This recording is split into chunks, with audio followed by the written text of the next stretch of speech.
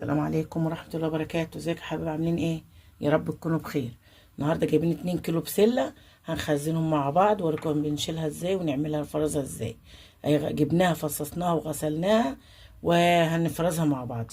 ماشي. وهنمية اهي، حطينا المية على البوتاجاز وهنحط نص ليمونة اهي، وهنحط نص معلقة سكر اهو في المية، نص معلقة سكر اهي وشوية ملح اهو يا حبايبي، حبة ملح صغيرين اهو مع حبة سكر ونص ليمونة، وهتغلي المية ونحط البسلة ونشوفها مع بعض. اهي المية غليت اهيت وهسقط البسلة معاكم اهي اهوت.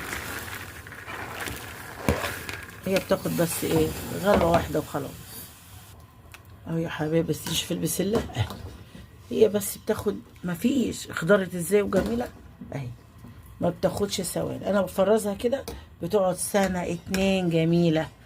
هي طبعا عملنا مع بعض السبانخ وعملنا مع بعض الكرنب وعملنا مع بعض القلقاس وعملنا البسلة. وادي الخضر يا حبايبي بتاع الشتاء اهوت. شايفين البسلة جميلة؟ تقليبة كده واحدة بس وهشيلها. اهي يا حبيبي خلاص كده هشيلها كده.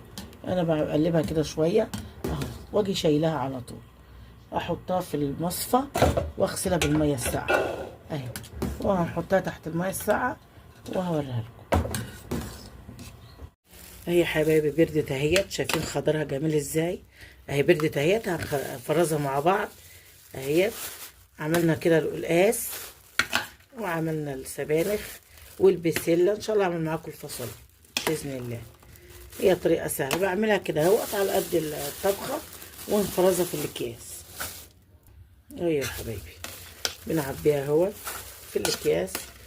وبقى يا جماعه انا بحب اعملها في الميه كده على البخار، غلوه واحده في الميه اللي بتغلي بالليمون والسكر والملح، عشان ما بشيلها كده بتبقى مديها طعم عطن، لكن كده قعدها سنه واتنين. اهو يا حبايبي هنفضي الهوا كده من الكيس اهو، وهنربطه كده اهوت ونفرده، نفردها في قلب الكيس عشان تبقى ما تاخدش مكان في الفريزر اهي. شايفين خضره جميل ازاي؟ ما شاء الله.